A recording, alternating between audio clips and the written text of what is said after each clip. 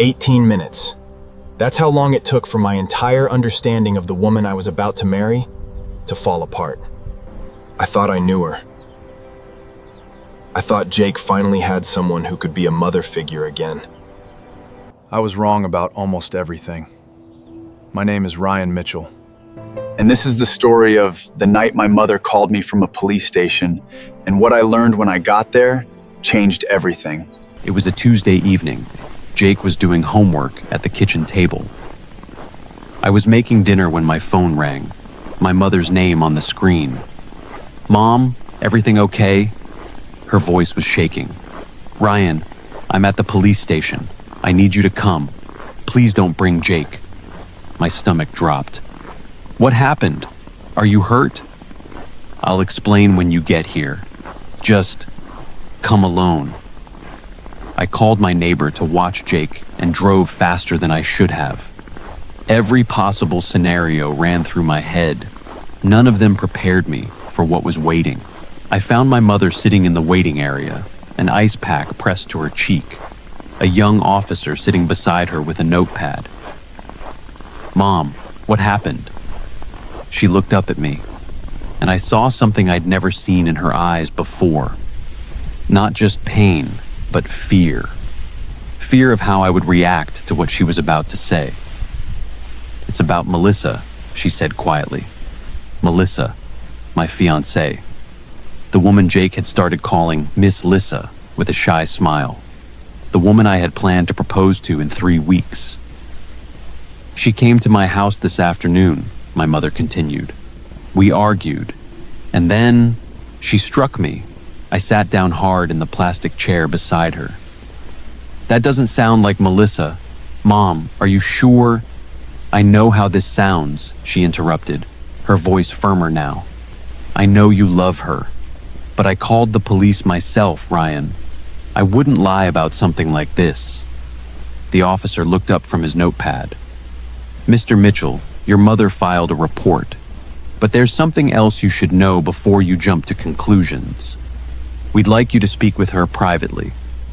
10 minutes later, I sat across from my mother in a small side room, just the two of us. "Tell me everything," I said. "From the beginning." My mother took a breath.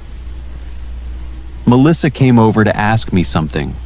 She wanted to know why I kept warning you to be careful with her, why I never fully welcomed her into this family the way I should have." I didn't know that. I never knew my mother had reservations about Melissa. "I told her the truth," my mother continued. "I told her I'd overheard a phone call last month.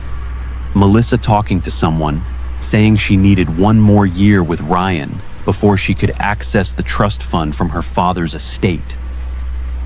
Ryan, I think she's after your inheritance from your grandfather, not you." When I said that out loud, she panicked. She grabbed my arm, and in the struggle, I fell against the counter. It happened so fast. I don't think she meant to really hurt me, but she panicked, and she ran. I called Melissa on the drive home. She picked up on the first ring, her voice already breaking into apologies before I said a word. "Ryan, I can explain."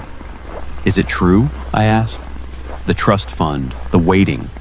Was any of this real, or was I just a timeline for you?" Silence on the other end. That silence told me everything the words couldn't. "I never meant to hurt your mom," she finally said. I panicked when she said it out loud. "I know how it sounds, but Ryan, I do love you." "You put your hands on my mother," I said quietly, "because she found out the truth before I did. That's not love, Melissa. That's fear of getting caught." That night, after everything settled, Jake found me sitting alone on the porch. "Is Miss Lissa coming for dinner tomorrow?"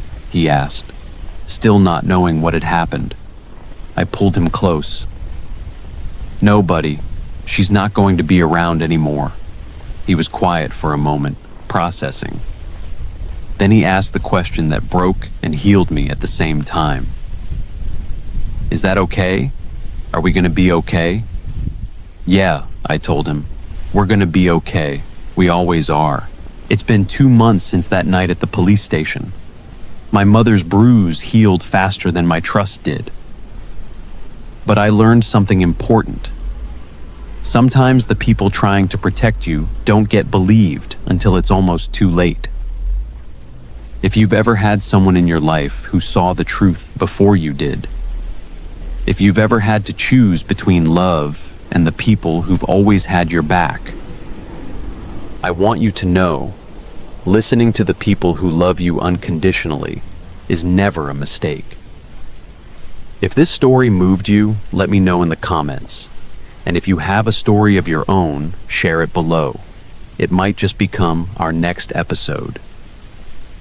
This is Silent Love, and this was a story about seeing the truth before it's too late.